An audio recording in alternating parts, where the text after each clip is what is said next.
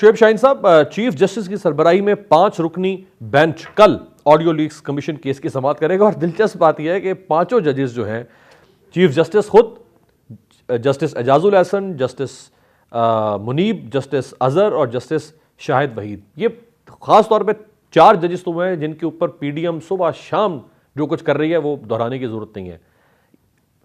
یہ ایک نیا پنڈورا باکس کھول دیا سپریم کورٹ نے پھر۔ دیکھیں، اگر تو چیف جسٹس آف پاکستان نے پی ڈی ایم کی جماعتوں سے اور مافیاز سے بلیک میل ہو کے ڈر جانا ہے اور اپنی پاورز ان کے ہاتھ میں دے دینی ہے کہ ان کی مرضی کا بینچ بنایا جائے، تو پھر تو میرا خیال ہے کہ آپ کی بات 100% درست ہے کہ پھر ان سے پوچھا جائے کہ جی بتائیں کس کو بینچ میں شامل کریں اور کس کو نہ کریں۔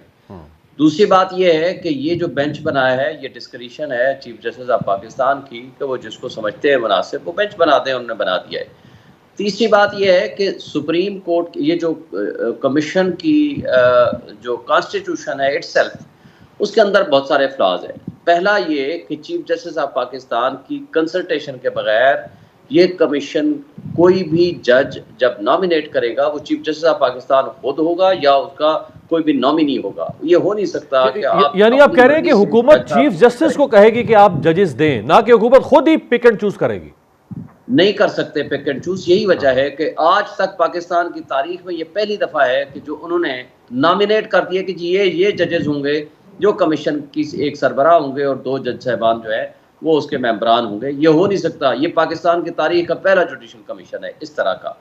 دوسری غلطی اس کے اندر یہ ہے کہ آپ سپریم کورٹ کے پرانے فیصلہ جات اٹھا لیں، بینظیر بھٹو والا کیس، ارشد ملک والا کیس، اور اس کے علاوہ قاضی فائز صاحب کا اپنا کیس، جس میں ہے کہ یہ سرویلنس، یہ ٹیپنگ اور اس کو پبلش کرنا، پہلے تو ٹیپ کرنا جرم ہے، اور دوسرا اگر پبلش کیا تو یہ آفیشیل سیکریٹ ایکٹ کی وائلیشن ہے۔ تو یہ تو سپریم کورٹ کے فیصلہ جات کے خلاف، یعنی جس نے جرم کیا ہے، یعنی سرکار جو ہے، جو ریاست ہے یا جو ایگزیکٹو ہے جس نے یہ جرم کیا ہے، یہ تو اس نے بتایا ہی نہیں کہ یہ کس نے جرم کیا ہے، اور آگے یہ کہہ رہے ہیں یہ چیک کر کے بتائیں تحقیقات کر کے کہ یہ جو آڈیو لیکس ہیں اس کے نتیجے میں یہ سچی ہیں یا جھوٹی ہیں، اور اس کے نتیجے میں کیا کانسیکوینسز ہو سکتے ہیں، کس کے خلاف کیا ایکشن ہو سکتا ہے۔ بھائی جو اصل مجرم ہے پہلے تو یہ چیک کراؤ جو اصل کرنے کا تھا کہ یہ آڈیو لیکس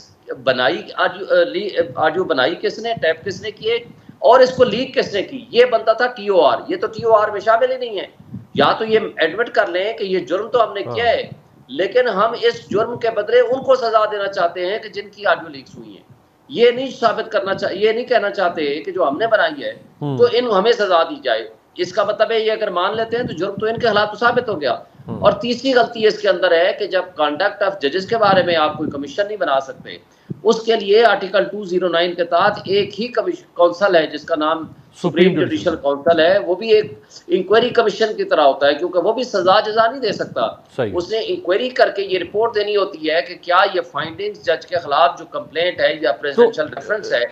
کیا وہ درست ہے یا غلط ہے۔ شعیب صاحب پرسوں درست ہوگا پریزیڈنٹ کو بھیج دیں گے، اگر وہ غلط ہوگا تو اس کو ختم کر دیں گے۔ شعیب صاحب پرسوں 27 تاریخ کو، شعیب صاحب 27 تاریخ کو، شعیب صاحب پرسوں 27 تاریخ کو کمیشن نے اپنی سماعت کرنی ہے، قاضی فائز صاحب ساتھ 2 ججز، کل چیف جسٹس اپنی سماعت کریں گے، تو کل چیف جسٹس کا مطلب ہے اس پہ سٹے دے سکتے ہیں؟ جی دیکھیں، یہ تو کورٹ ہے، وہ جو کمیشن ہے وہ تو کورٹ نہیں ہے، بالکل صحیح، that is a commission. Commission means کہ آپ ایک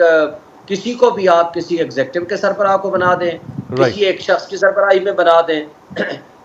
اسی طرح کا کمیشن ہے۔ It is not treated as a court, لہٰذا کورٹ جو ہے وہ ایون سول کورٹ بھی کمیشن کے خلاف سٹے دے سکتی ہے، بالکل ٹھیک، وہ تو ایک انکوائری یا فیکٹ فائنڈنگ کمیشن ہے، بالکل ٹھیک ہے۔